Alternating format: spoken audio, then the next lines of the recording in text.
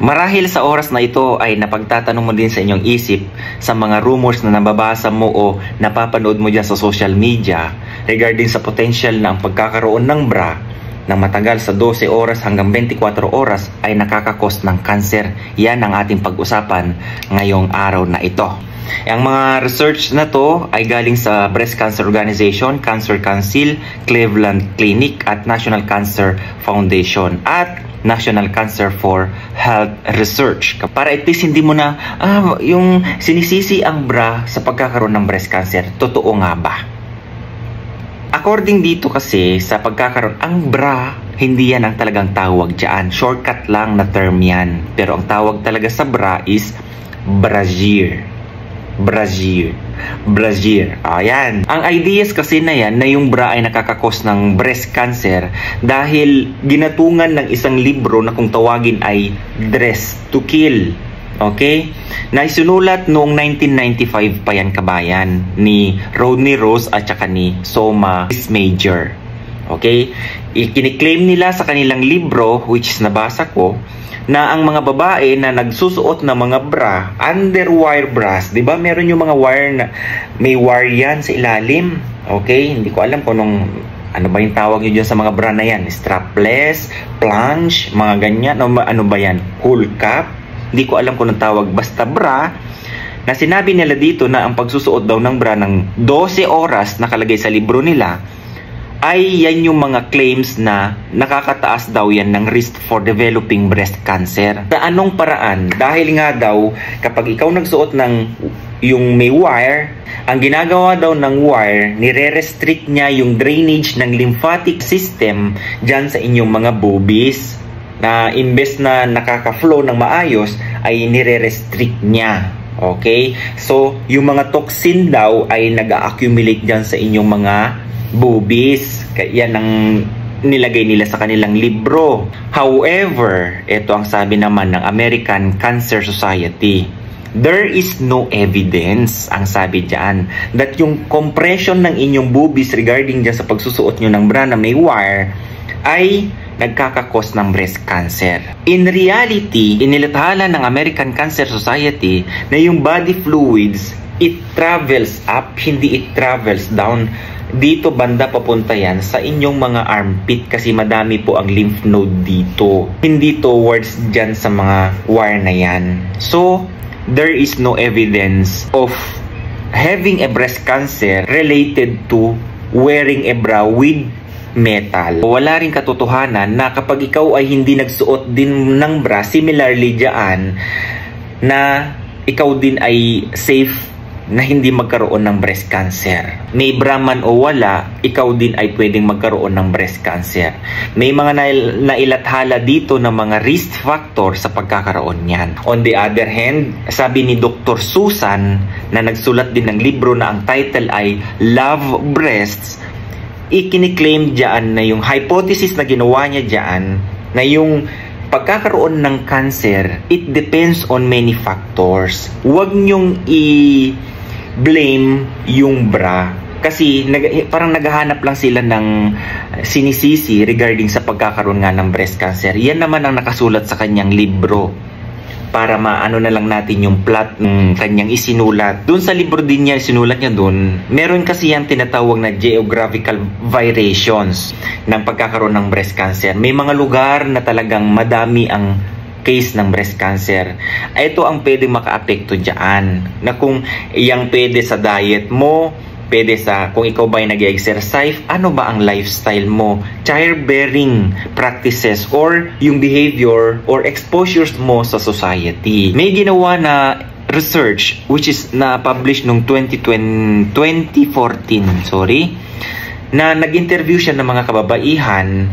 Maraming kababaihan in-interview, female participants na nagkaroon lang siya ng 1,000 na na-interview sa dami. Ngayon, yung mga 1,000 na yun na merong breast cancer at yung 500 na hindi nagkaroon ng breast cancer, Researchers found that no evidence kahit yung pagsusuot mo ng bra o hindi ka nagsusuot ng bra, you have the chance, pwede kang magkaroon yan. Bottom line, yung well-designed studies na ganito, hindi siya convinced na ito lang ang basis yung pagkakaroon ng wire o pagsusuot ng bra ng 12 to 24 hours na pwedeng ikaw ay magkaroon ng breast cancer. Nakadevelop ka ng breast cancer, okay? Ito yung mga factors na hindi mo siya pwedeng makontrol. Una, nagdedepende yan sa kasarian.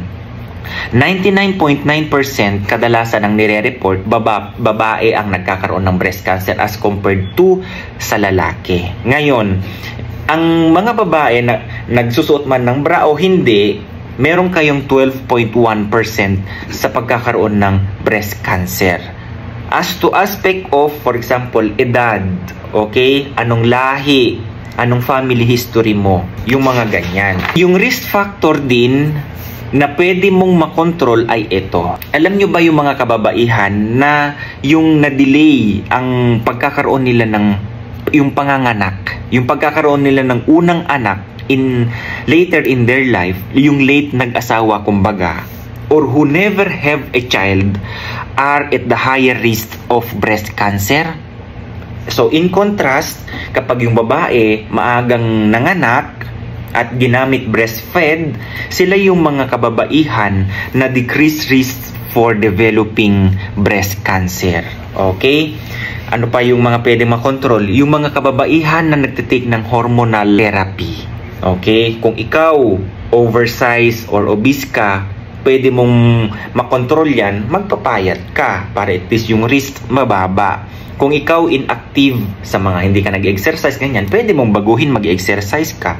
Yung mga babae din na palainom, kabayan, mataas ang tsansa niyan sa pagkakaroon ng breast cancer up to 21%.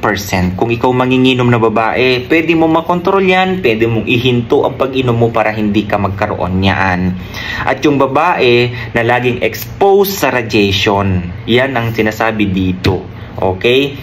At yung babae din na naninigarilyo, vices included diyan. Kasi the exposure of tobacco sa kababaihan, it can increase yung pagkakaroon ng breast cancer into 28%. At sa pinakadulong sinabi dito, yung paggamit ng oral contraceptives slightly increase, sabi dito, the risk of developing breast cancer. Some studies have found that it may, okay, uulitin ko, it may contribute. Some studies have shown that yung birth control, may studies na nagsasabi na tumataas at may study din na slight lang. Okay? So, kung ikaw ay nagwo-worry dyan, may nakita ka, may nakapaka, mag-self-test ka, paano ba malalaman yan? No, ayan, higa ka, ganyan. Ang sabi dito, higa ka and then i-press mo yan. Okay? Kung maaari, ibang gagawa kasi pag ikaw denial ka, na may nakapaka, wala yan. Totoo.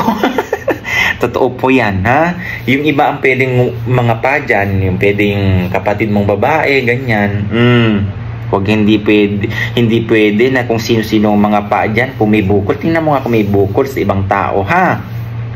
Pwede mong ipakapayan. Pag may nakapaka dyan, ang pinakamagandang gawin dyan is magpa-check up ka na sa doktor para at least magampanan agad dyan, matugunan agad dyan kung ano ba yung klaseng bukol ang andyan.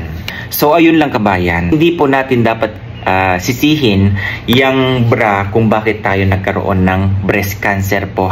Marami po ang factors base sa aking mga nasabi dito sa kanilang research.